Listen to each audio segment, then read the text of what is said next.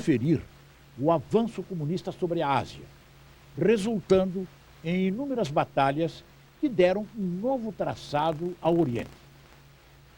O triunfo de Mao Tse-tung e o nascimento da República Popular da China acabou se refletindo nos países vizinhos, detonando conflitos que resultaram no aparecimento do Estado Comunista do Vietnã e na divisão da Coreia entre o Norte, auxiliado pelos soviéticos, e o Sul, protegido pelos Estados Unidos. Você vai ver a revolução cultural de Mao Tse-tung e o isolamento total da China, que se fechou para o mundo. As revoltas estudantis e o massacre na Praça da Paz Celestial. Confira então o comunismo oriental, episódio de hoje em Guerras do Século.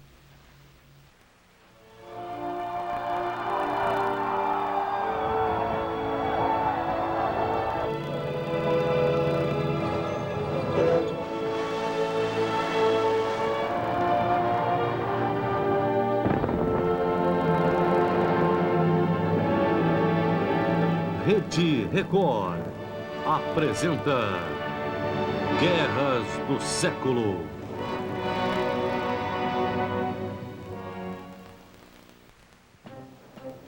Um bilhão e 100 milhões de habitantes da China fazem com que ela seja potencialmente o país mais poderoso do mundo. No entanto, durante a maior parte do século XX, ela foi abalada por cisões internas. Até 1911, seu governo exercido pelos imperadores chineses, a partir de sua reclusão dentro da cidade proibida de Pequim, agiu como um freio contra o progresso.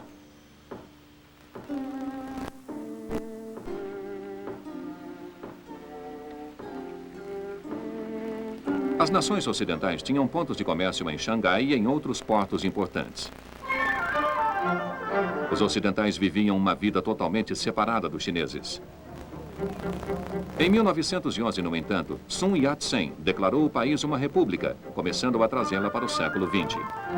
Mas os senhores da guerra, com seus exércitos particulares, passaram a destruir o país, apesar dos melhores esforços de Sun Yat-sen para unir a China.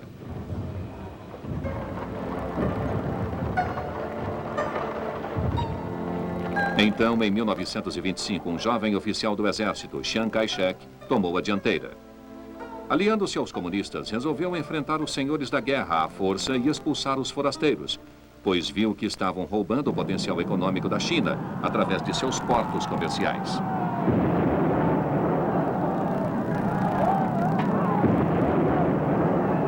Quando Chiang Kai-shek aproximava-se de Xangai, os ocidentais buscaram reforços para defender suas colônias.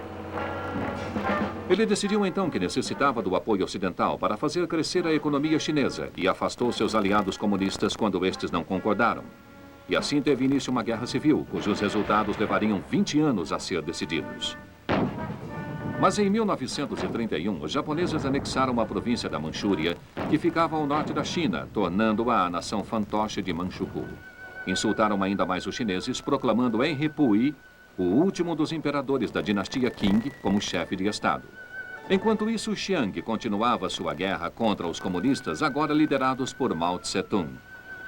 Mas foi tão grande a pressão exercida por Chiang contra eles que, em 1934, os comunistas foram forçados a retirar-se para os pontos mais distantes do noroeste da China, o que passou a ser conhecido como a Grande Marcha.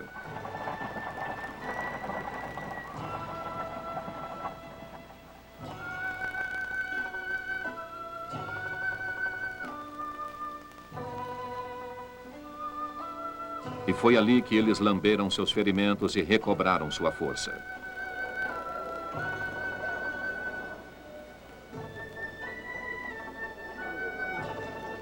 Mas em 1937 surgiram novos problemas para a China.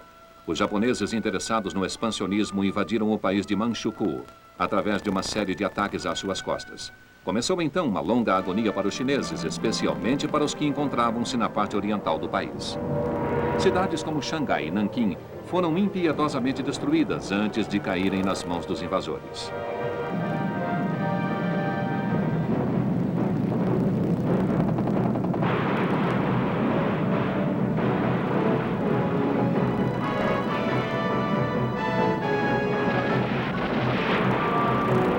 Os chineses passariam a sofrer muito durante a ocupação japonesa. Chiang Kai-shek, sua esposa e seu governo foram obrigados a retirar-se para Chongqing, no interior do país.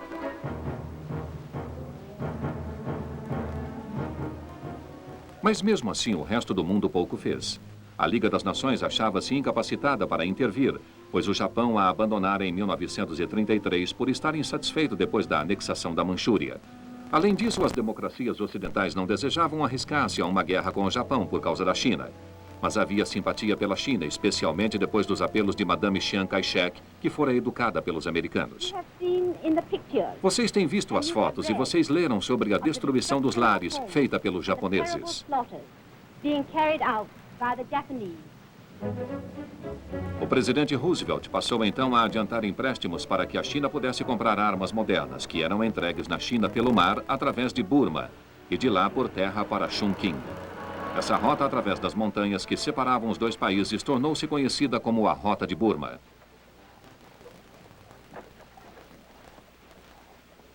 A invasão japonesa à China, no entanto, fez com que Mao Tse-tung e seus companheiros comunistas declarassem uma trégua e oferecessem a aliar-se a Chiang para uma causa comum. Chiang, porém, manteve os comunistas a uma certa distância.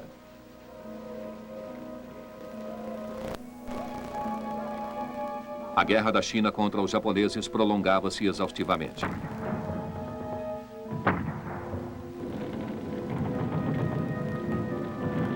Em março de 1941, o país levou um choque quando o ato de empréstimo e de arrendamento do presidente Roosevelt tornou-se lei, permitindo que ele fornecesse diretamente munições a Chiang Kai-shek.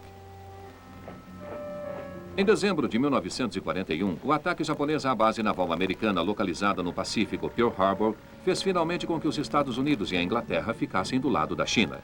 Mas a rápida investida japonesa no sudeste da Ásia e no Pacífico significava que a Inglaterra e a América pouco podiam fazer para fornecer à China um apoio militar adicional. Mas os americanos enviaram o general Joseph Stilwell para aconselhar Chiang Kai-shek. Stilwell possuía grande experiência sobre a China, pois estivera no país como um jovem oficial em 1911. Uma das primeiras resoluções de Stilwell foi tentar proteger a Rota de Burma, devido à invasão dos japoneses no início de 1942. Suas tropas, porém, foram derrotadas com a retirada dos britânicos, encontrando-se novamente na Índia. O auxílio americano, que agora tinha que chegar à China pelo ar, ajudou a impedir que o país fosse totalmente destruído pelos japoneses.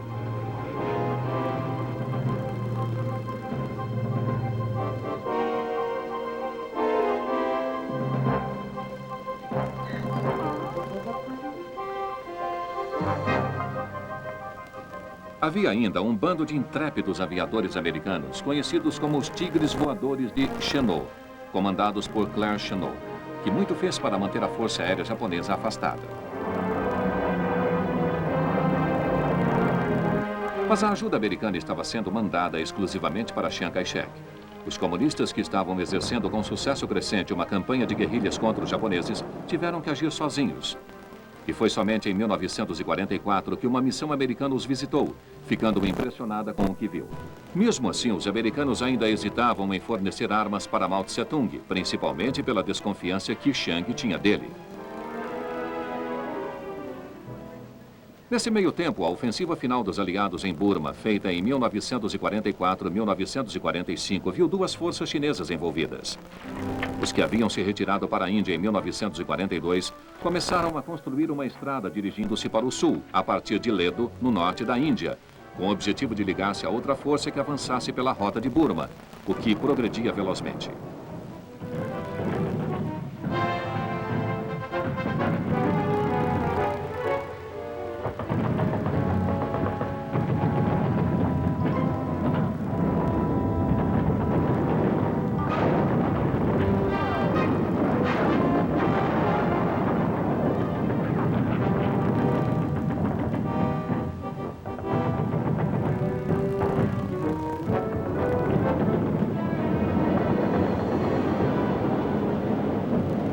A própria Rota de Ledo foi um feito impressionante de engenharia, cruzando um terreno praticamente intransponível.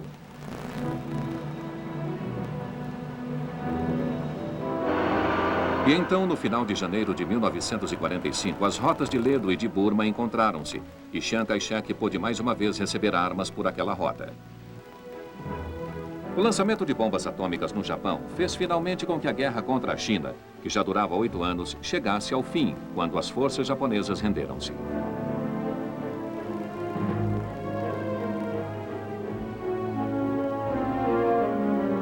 Mais ainda, a China era agora considerada uma das principais forças aliadas, recebendo um título permanente de membro de respeito das Nações Unidas, o Conselho de Segurança. Mas pouco antes da rendição dos japoneses, a União Soviética lançara uma ofensiva maciça sobre Manchukuo. O exército da 8ª Rota de Mao Tse-tung uniu-se a ela e passou a receber armas russas.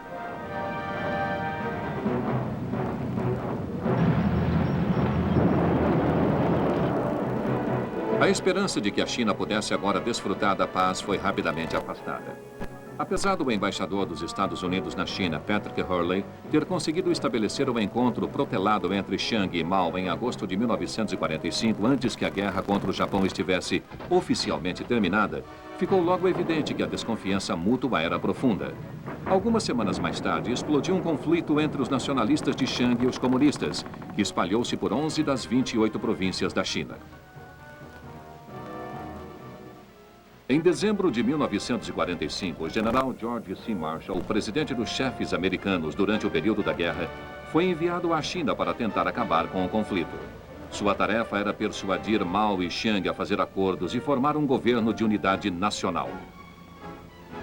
A isca era o oferecimento de uma grande ajuda financeira para reconstruir os danos causados nos últimos 8 anos e mais ainda. No final de fevereiro de 1946, finalmente conseguiu convencer os nacionalistas e comunistas a assinar um acordo que era pouco mais que uma trégua militar. O verdadeiro problema era Manchukuo, que voltara a se chamar novamente Manchúria.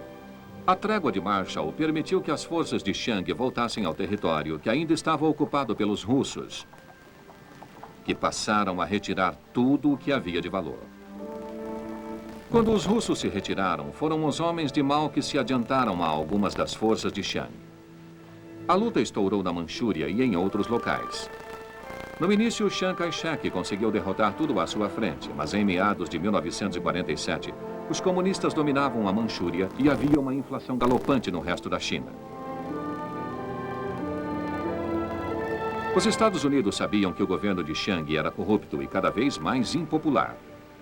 Mas o temor de um crescimento do comunismo levaram a um pacote de ajuda militar para os nacionalistas e o envio de equipes para Formosa para treinar as tropas de Chiang. Os Estados Unidos também forneceram aviões para o transporte das tropas. Já estávamos em abril de 1948 e os comunistas de Mao Tse-tung começavam a obter vitória sobre vitória. Suas táticas mudaram das guerrilhas para o confronto aberto com as forças nacionalistas.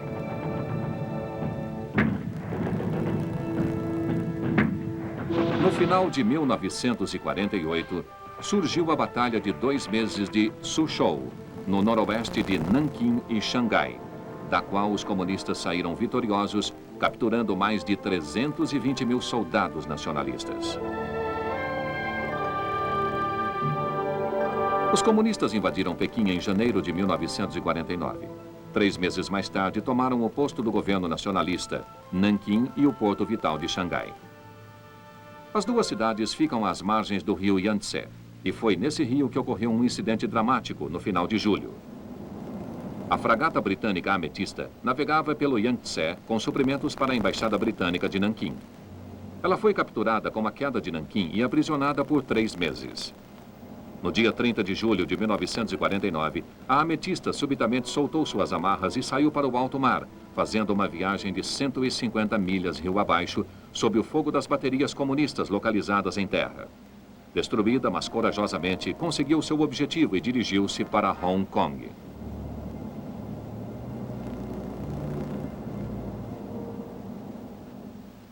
Nesse momento, os comunistas controlavam toda a China Oriental e tentavam atacar o Ocidente.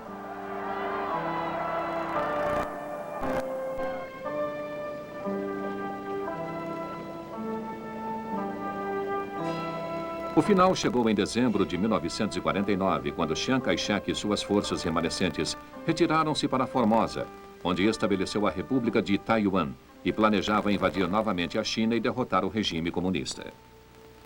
Nesse ponto, Chiang estabeleceu suas bases de ataque nas ilhas de Quemoy e Matsu, que ficam ao largo do território chinês. Em 1954, os comunistas começaram a bombardeá-las com a intenção de forçar sua rendição. Fortemente equipados com armas americanas, os nacionalistas recusavam submeter-se. O bombardeio dessas ilhas deveria continuar intermitentemente nos 8 anos seguintes.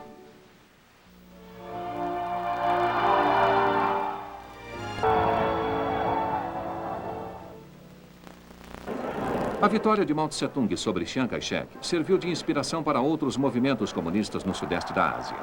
Em junho de 1948, as guerrilhas comunistas na Malaya deram início a uma campanha de insurreição destinada a tomar o controle do país da Inglaterra. Foi, no entanto, na Indochina que a batalha pelo controle da região foi mais longa. Até 1939, ela estava dividida em 5 regiões: Tonkin, Annan, Laos, Camboja e Cochinchina, e governada como protetorados franceses sob o título genérico de Indochina Francesa. Durante a guerra, a Indochina Francesa estava sob a ocupação japonesa, mas como acontecia na Malaya, havia um movimento de resistência comunista. Quando os japoneses renderam-se em setembro de 1945, os franceses não se encontravam em posição de reocupar imediatamente a Indochina e os comunistas, conhecidos como Vietcongues, proclamaram a independência do Vietnã, constituída por Tonkin, Annan e Cochinchina. No entanto, para assegurar o desarmamento japonês, as forças chinesas ocuparam o norte da Indochina, mas não interferiram no novo governo de Hanoi. Os ingleses tinham a responsabilidade do sul da Indochina. Libertaram rapidamente os prisioneiros franceses dos japoneses, mas logo tiveram que enfrentar a crescente desordem fomentada pelos Vietcongues.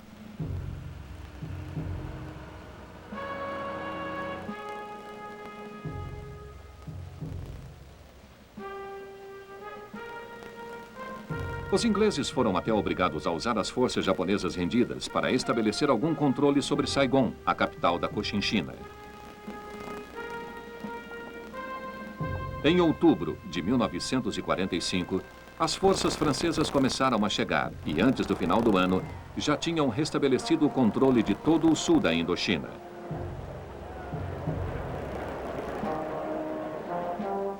Não querendo entrar em uma guerra, dessa vez os franceses tentaram negociar com o líder Vietcong, Ho Chi Minh, que tinha ajudado no estabelecimento do Partido Comunista em 1920, quando trabalhava como garçom em Paris.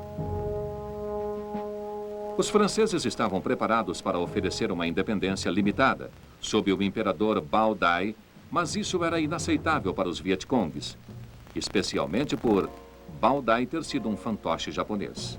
Então, determinado a reestabelecer o controle sobre toda a Indochina, tropas francesas aportaram no porto de Haiphong, em novembro de 1946.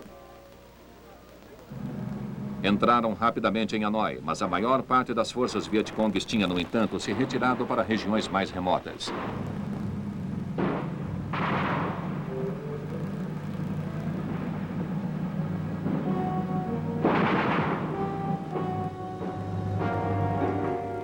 Os próprios franceses estabeleceram guarnições por todas as províncias do norte.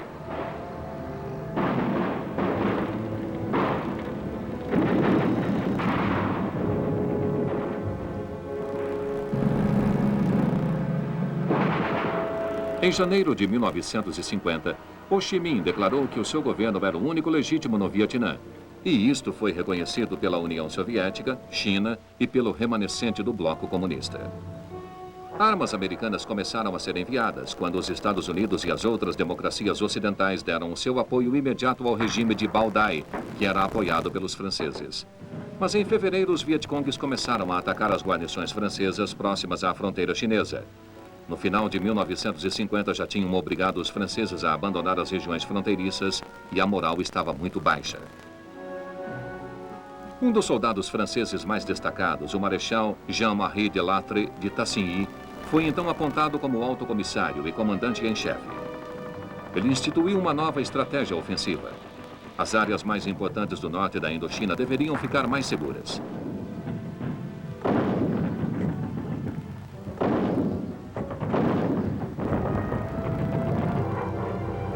A força aérea seria usada para atacar as bases Vietcongs. Foi construída uma faixa de defesa chamada Linha de Latre para a proteção de Hanoi.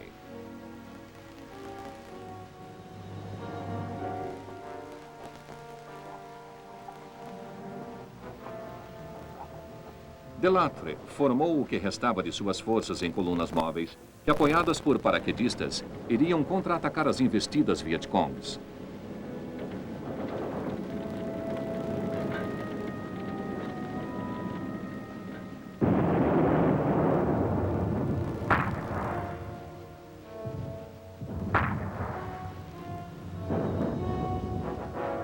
Durante o início de 1951, essas táticas mostraram-se eficientes e os Vietcong sofreram grandes perdas, mas aproveitaram-se da estação chuvosa para reagrupar-se. Giap resumiu os seus ataques com a chegada da estação seca.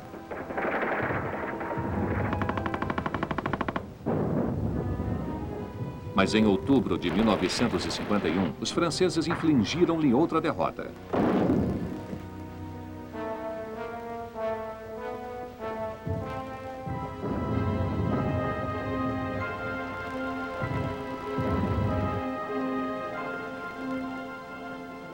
Isto encorajou De Latre a reocupar a área fronteiriça com a intenção de interromper as rotas dos Vietcongs da China. Mas isto colocou as forças francesas em um limbo novamente e cada vez mais tropas foram empregadas para guardar as linhas de comunicação com seus postos avançados no norte. Em novembro de 1951, De Latre, agora doente e triste pela morte de seu filho na Indochina, retornou à França para se recuperar. Morreu 2 meses mais tarde, o que deixou o povo francês enlutado.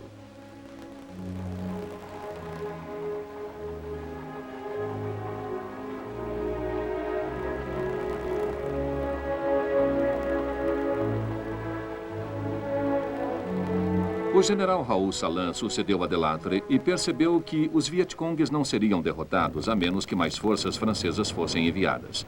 Mas o povo francês estava cada vez mais desiludido com a guerra e seu governo recusou-se a enviar mais recrutas para a Indochina. Durante 1952 e 1953, a guerra continuava com ataques dos Vietcongs e contra-ataques dos franceses.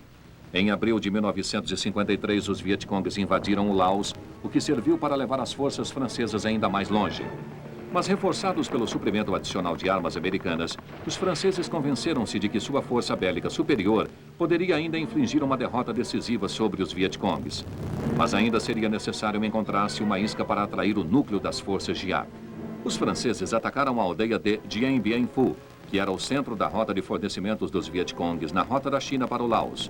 No dia 20 de novembro de 1953, em uma operação aérea audaciosa, tomaram a aldeia, fortificaram-na e começaram a levar o seu apoio para suas guarnições pelo ar.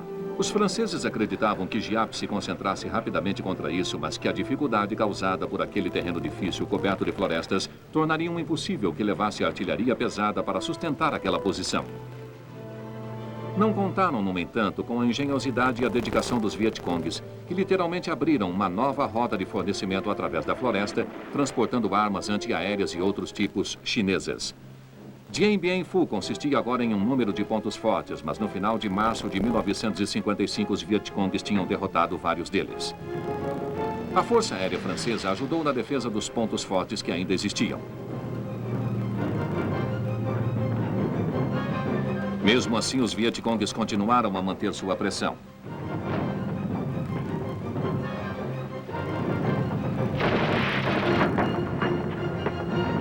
A luta foi muito acirrada, enquanto os Vietcongs reduziam gradativamente o espaço do perímetro.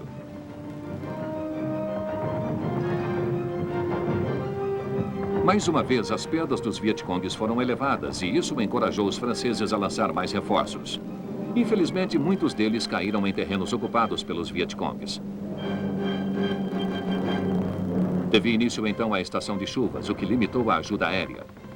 As autoridades francesas começaram a perder a esperança e os esforços para organizar uma força de auxílio foram frustrados, pois os defensores de Dien Bien Phu as atacaram violentamente.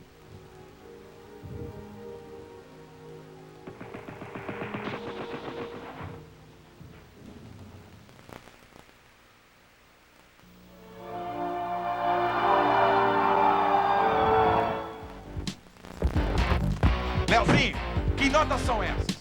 Me explica, que notas são essas? Mas, pai... Que notas são essas? Depois do sucesso do dicionário visual, o JT traz agora o volume 2. 32 novos fascículos com ilustrações coloridas, com tudo sobre o universo, dinossauros, antigas civilizações e a vida pré-histórica. E tem capa-arquivo. 10 história, 10 geografia, 10 ciências. Você colou.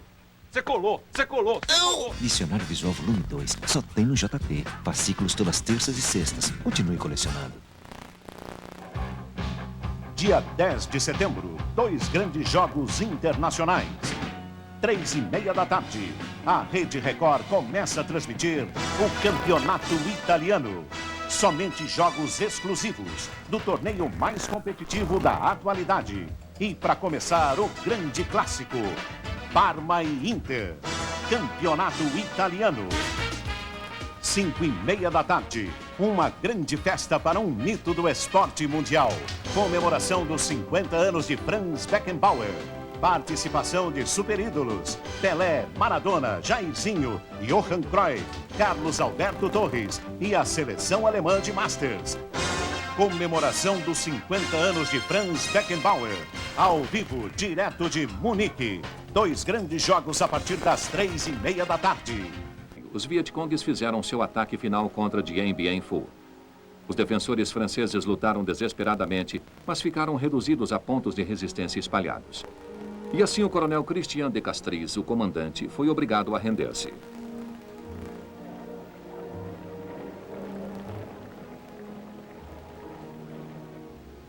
As negociações para a paz já tinham começado em Genebra e no dia 21 de julho de 1954, os franceses assinaram acordos afirmando que evacuariam a Indochina a partir daquela data. A independência norte-vietnamita foi reconhecida. Bao Dai governaria o sul do Vietnã não comunista e a independência do Laos e do Camboja foi reconhecida. A vitória Vietcong no norte da Indochina foi um triunfo para a teoria revolucionária de Mao Tse-tung, que compreendia fases que desenvolviam-se desde o terrorismo à guerra armada aberta, todas dependentes do apoio dos habitantes dos locais. No entanto, muitos vietnamitas tentaram partir com os franceses.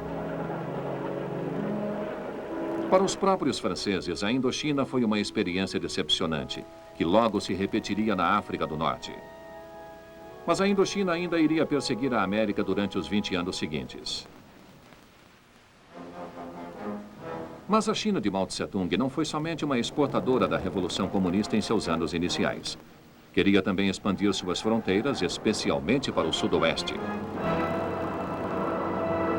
Em outubro de 1950, as tropas chinesas invadiram o Tibete Oriental.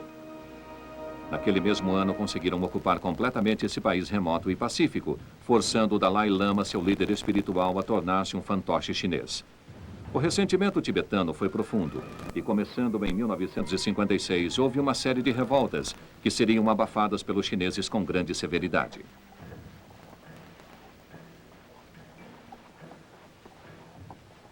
Eventualmente, em março de 1959, o Dalai Lama fugiu para a Índia, permanecendo até hoje no exílio, e seu país continua sob os grilhões chineses. A Coreia, que fazia parte do Império Japonês desde a Guerra Russo-Japonesa de 1904-1905, também iria tornar-se um campo de batalha chinês. No final da Segunda Guerra Mundial, os russos no norte e os Estados Unidos no sul desarmaram as forças japonesas no país. O paralelo 38 estabelecia uma linha de demarcação entre as duas zonas de ocupação, mas a intenção das Nações Unidas era ter uma Coreia independente. Foram feitas eleições na parte sul do país, sem a cooperação russa, e assim foi estabelecido o Estado da Coreia do Sul, com o presidente Syngman Rhee, em agosto de 1948. Os russos organizaram suas próprias eleições na Coreia do Norte e, em setembro de 1948, Kim Il-sung assumiu o poder, que ainda mantém 45 anos depois. Os russos então retiraram suas forças, o que os americanos fizeram logo depois, em julho de 1949. Os russos, no entanto, deixaram as forças armadas da Coreia do Norte muito mais equipadas do que a sua vizinha. Era natural também que haveria pouca identidade entre as duas Coreias.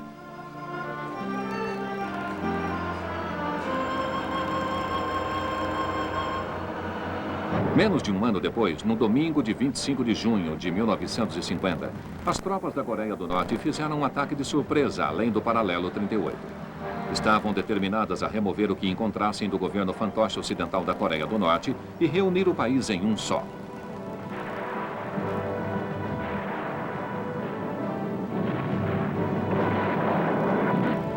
As forças sul-coreanas, mal equipadas e só parcialmente treinadas, pouco podiam fazer para deter o ataque.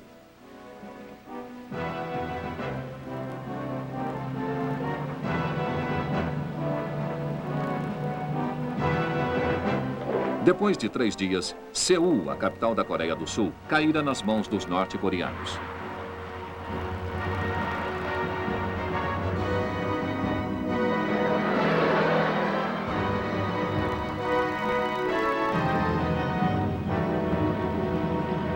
Os coreanos do norte continuaram então seu avanço para o sul, arrastando os agora desmoralizados sul-coreanos diante de sua investida.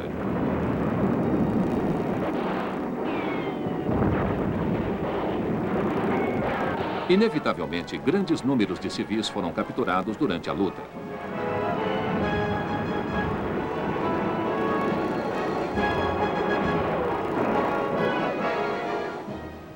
E uma Coreia do Sul desesperada apelou então para as Nações Unidas por uma ajuda. Mas a União Soviética recusava-se a participar das Nações Unidas devido à presença do regime nacionalista chinês no Conselho de Segurança. Portanto, os russos não estiveram presentes para operar o seu veto, e o Conselho de Segurança das Nações Unidas convocaram os Estados-membros para o fornecimento de auxílios militares e outros para a Coreia do Sul.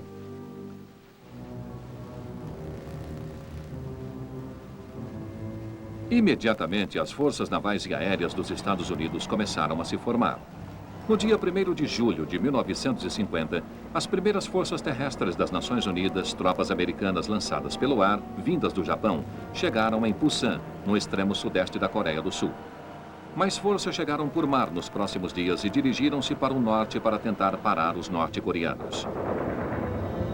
As forças terrestres americanas lutaram com valor, mas eram muito pequenas em número. Foram consequentemente obrigados a retirar-se para o sul, juntamente com os sul-coreanos.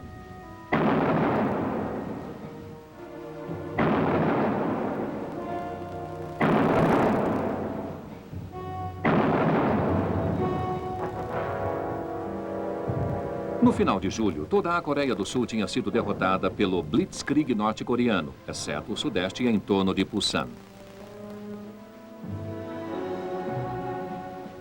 O general Douglas MacArthur, que liderara os aliados em suas campanhas contra os japoneses no sudoeste do Pacífico, fora escolhido para ser o comandante-geral das Nações Unidas. Ele organizou um reforço maciço do perímetro de Pusan, como era conhecido.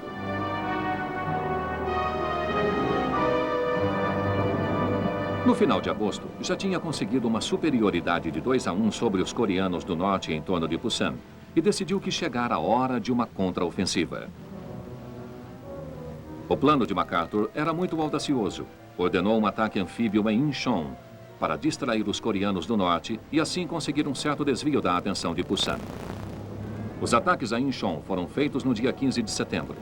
Executados por marinheiros americanos e sul-coreanos, pegaram os coreanos do norte de surpresa.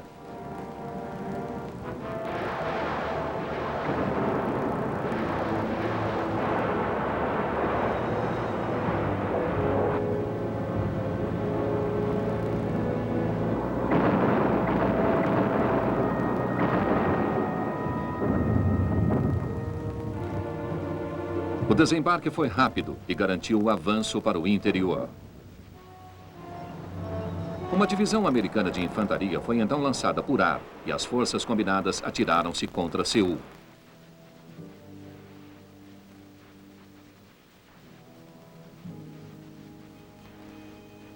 e a capital sul-coreana foi libertada no dia 28 de setembro.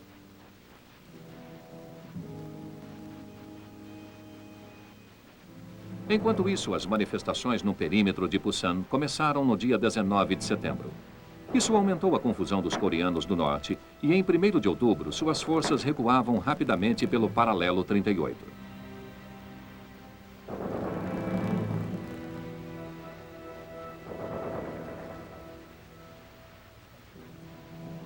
Mas as forças das Nações Unidas, determinadas a arrasar militarmente a Coreia do Norte, não pararam na fronteira e continuaram a seguir até o rio Yalu, que marcava a fronteira com a China.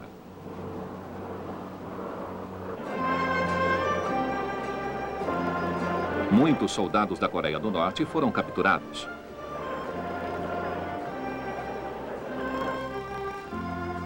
O governo comunista de Mao Tse-tung em Pequim ficou cada vez mais preocupado. Já tinha até prevenido as Nações Unidas contra o envio de suas tropas para a Coreia do Norte. Consequentemente, depois dos pedidos de uma delegação norte-coreana, os chineses decidiram agir.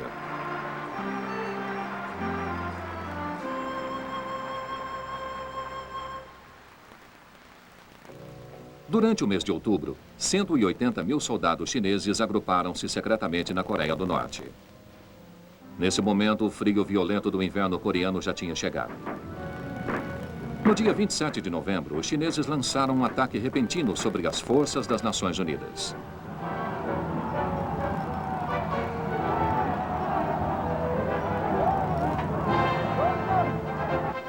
Chegara a vez das Nações Unidas serem obrigadas a evacuar rapidamente.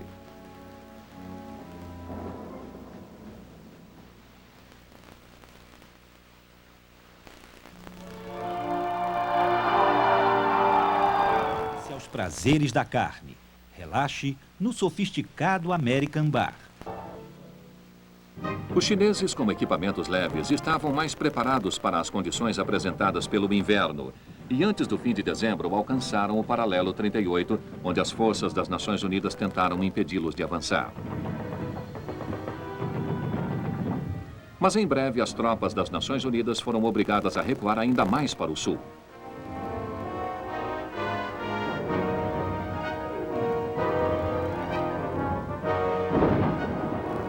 Seul caiu novamente, mas nesse ponto, a ofensiva chinesa começava a perder as suas forças e as Nações Unidas puderam impedi-la. As tropas unidas iniciaram o contra-ataque.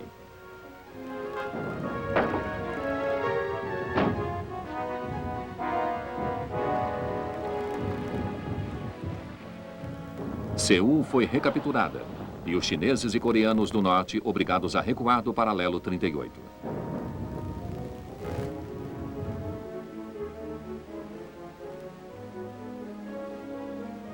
O fronte estabilizava-se mais uma vez.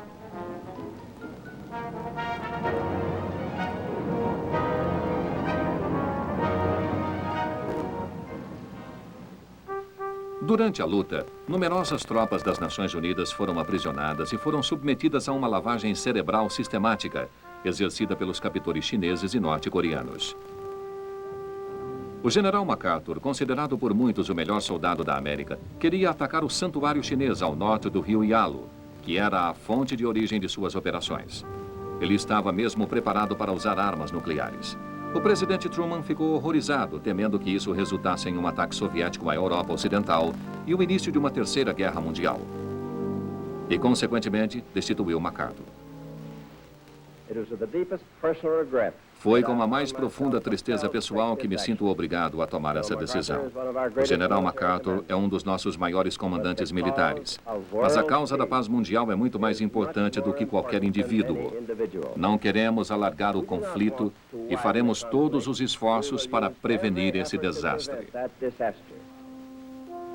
Foi colocado no lugar de MacArthur outro americano, o general Matthew Ridgway, que comandava o 8º Exército Americano na Coreia. No final de abril de 1951, os chineses fizeram outra ofensiva. Conseguiram penetrar novamente na Coreia do Sul, apesar das muitas perdas. E mais uma vez, as Forças Unidas contra-atacaram. Entre as armas usadas estavam as bombas de napalm.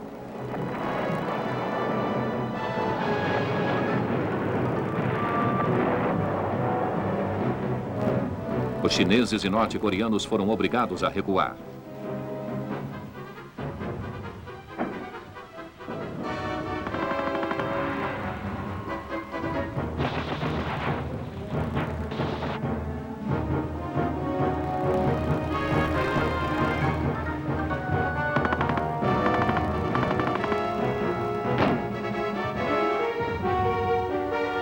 Mais uma vez, as forças das Nações Unidas penetraram na Coreia do Norte e, posteriormente, tiveram que parar em uma linha localizada entre 22 e 48 quilômetros ao norte do paralelo 38.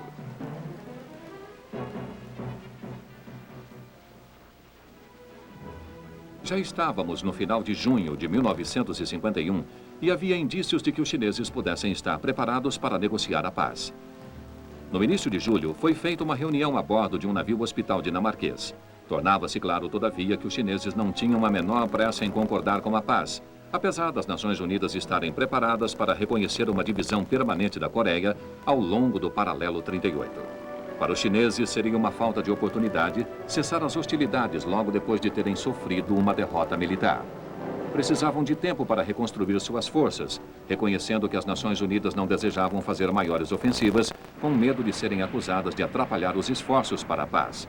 E assim os dois lados passaram a ter uma guerra estática, e de várias maneiras assemelhava-se ao fronte ocidental de 1915 e 1917. Obstáculos de arame farpado, trincheiras com sacos de areia e abrigos subterrâneos profundos caracterizavam as defesas. A única grande diferença da guerra era o uso extenso de campos minados. Nesse momento, as Nações Unidas apresentavam uma considerável superioridade de armas sobre seus oponentes.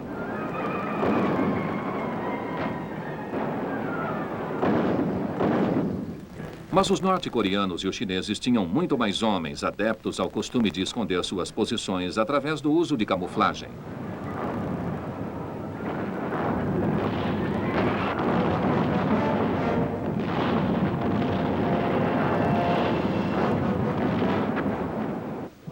Nada menos de 16 nações contribuíram com forças militares para os esforços das Nações Unidas na Coreia, e mais 5 países forneceram apoio médico. A contribuição americana foi a maior de todas, mas outros países que enviaram tropas incluíam a Inglaterra e a Bélgica, a Turquia e a Grécia, a Colômbia, a Índia, as Filipinas e a Tailândia. No mar, as Nações Unidas apresentavam uma surpreendente supremacia naval, e seus navios de guerra eram usados principalmente para bombardeios costeiros.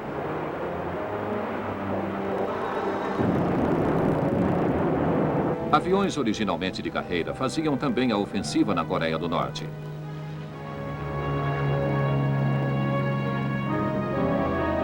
Também no ar, as Nações Unidas eram superiores. A guerra, no entanto, marcou a primeira ação de combate a jato, quando os sabres F-86 americanos chocavam-se com os MiG-15 construídos pelos soviéticos.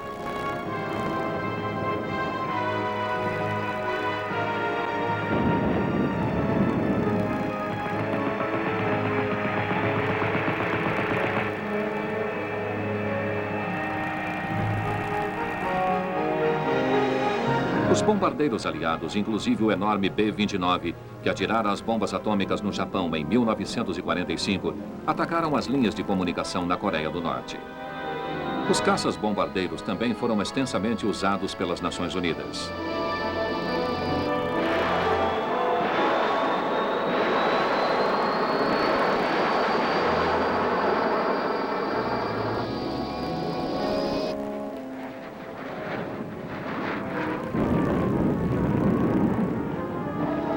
A Guerra da Coreia também viu o desenvolvimento do helicóptero. Alguns poucos já tinham sido usados em ambos os lados durante 1939 e 1945, principalmente para missões de resgate. Agora começavam a mostrar sua versatilidade no reconhecimento de plataformas para localizar artilharias, como táxis aéreos, e não menos importante para a evacuação de feridos. A guerra em terra continuava durante o calor extremo do verão coreano. O intenso frio do inverno fazia um terrível contraste. Ataques limitados dos dois lados não conseguiram qualquer vantagem significativa. Durante todo esse tempo, continuavam as negociações para a paz, mas poucos progressos foram feitos antes de meados de 1953. Mas não eram só os chineses que apresentavam as dificuldades. Os coreanos do Sul viraram-se contra a ideia de uma Coreia dividida. Como resposta, os chineses fizeram, em junho de 1953, seu ataque mais violento por algum tempo. As Nações Unidas não conseguiram vencer o centro da Coreia do Sul. E como continuavam os ataques chineses, um acordo de cessar-fogo foi finalmente assinado em Panmunjom, no dia 27 de julho de 1953. A Guerra da Coreia custou para os dois lados um total de quase 2,5 milhões de mortes, incluindo aproximadamente 1 milhão de chineses.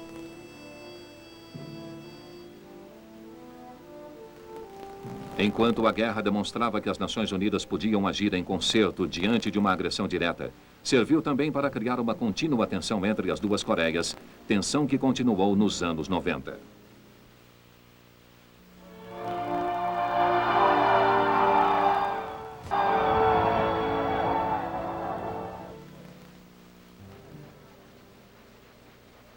A Coreia do Norte tinha muito a agradecer à China por sua solidariedade para com um companheiro comunista. Mas os chineses ainda desejavam expandir suas fronteiras.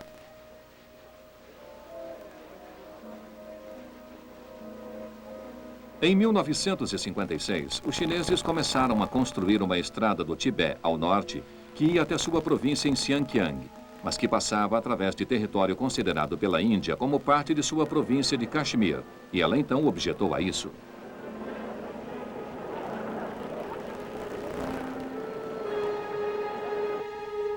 Crescia a tensão nessa área remota e montanhosa e na também remota agência da fronteira do Nordeste.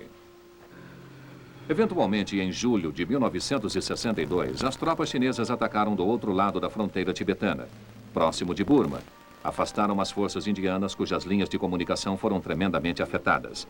A luta chegou ao final em novembro, com o reconhecimento dos chineses da fronteira do Nordeste e com os indianos cedendo o extremo nordeste de Caxemir, por onde passava a estrada. Por esse período, a China estava enfrentando tensões por todos os lados. Em 1956, o premier soviético Nikita Khrushchev fez um discurso secreto aos representantes do Partido Comunista denunciando seu antecessor, Joseph Stalin. Quando Mao Tse-tung ficou sabendo disto, ficou horrorizado, porque parecia que a União Soviética divergiria de seu caminho marxista-leninista que unia os dois aliados. As relações entre a União Soviética e a China ficaram cada vez mais frias.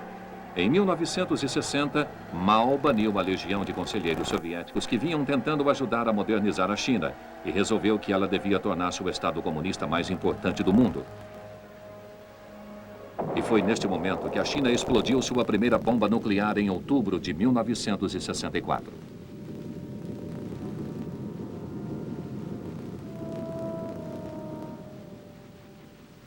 A tensão sino-soviética continuava a crescer e, em 1969, surgiram atritos ao longo de sua fronteira mútua, especialmente nos rios Amur e Ussuri, no extremo nordeste.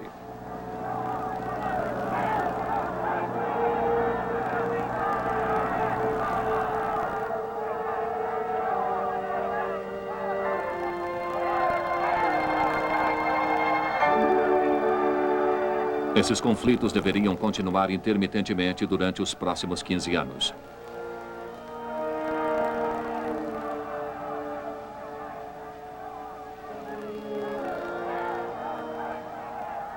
Ao mesmo tempo, a China começou a fazer aberturas para os Estados Unidos, até então visto como seu arqui-inimigo, o que culminou com a histórica visita do presidente Richard Nixon à China em 1972.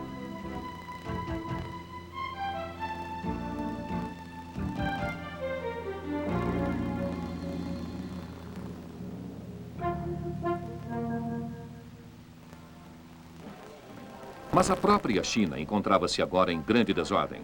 Em agosto de 1966, o presidente Mao declarou o que chamou de Revolução Cultural, que foi difundida por milhares de jovens guardas vermelhos que atravessavam o país brandindo seus pequenos livros vermelhos contendo os pensamentos de Mao. A meta era purificar o pensamento ideológico, fortalecendo assim a afirmação de Mao de que o comunismo chinês era o único caminho verdadeiro. O efeito sobre a China foi desastroso. Muitos membros da inteligência foram mandados para o campo para trabalhar como camponeses e serem assim reeducados. Todos os programas de modernização, inclusive aqueles das Forças Armadas, foram suspensos. Os frutos posteriores deste fato amadureceriam em fevereiro de 1979, quando as forças chinesas tiveram que enfrentar os endurecidos vietnamitas em uma batalha.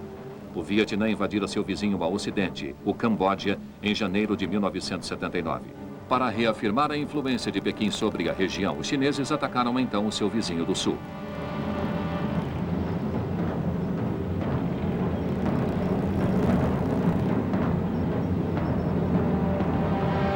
Os chineses suplantavam em número os vietnamitas por 4-1. Os vietnamitas então estancaram seus ataques.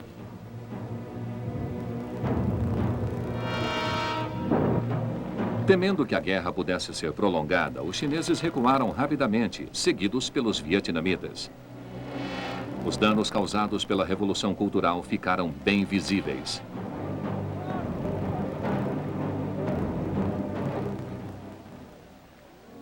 Isso aconteceu mesmo com o final da Revolução Cultural, com a morte de Mao Tse-tung em 1976. Seus sucessores passaram a reparar os danos que tinham sido feitos na infraestrutura chinesa. As relações com a União Soviética foram melhorando gradativamente. Os laços econômicos e culturais com o Ocidente foram estreitados. Tudo isso refletia-se em um enorme afluxo de turistas.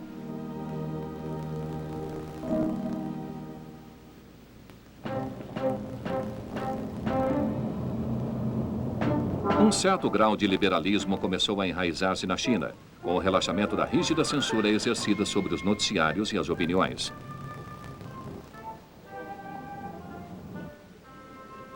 Até mesmo sementes do capitalismo foram plantadas.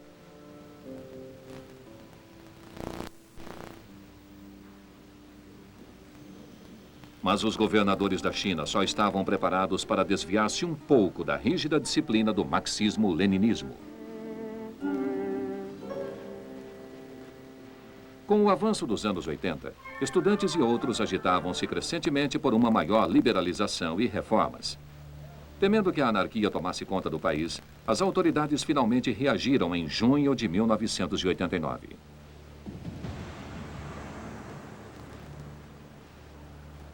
O cenário foi a Praça Tiananmen, em Pequim, onde havia um encontro de estudantes prolongado, porém pacífico. Os estudantes receberam ordens de abandonar a praça, mas recusaram-se e o exército foi chamado a intervir.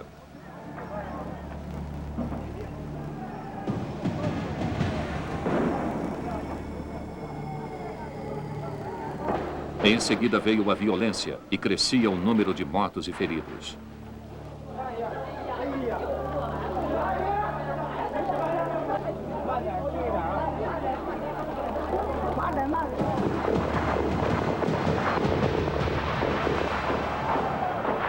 Muitas prisões foram feitas enquanto as tropas evacuavam a praça. Praticamente o mundo todo ficou chocado com a brutalidade empregada. E assim, diferentemente da União Soviética e mais especialmente da Europa Oriental, 1989 viu o comunismo da China apertar seu punho de ferro.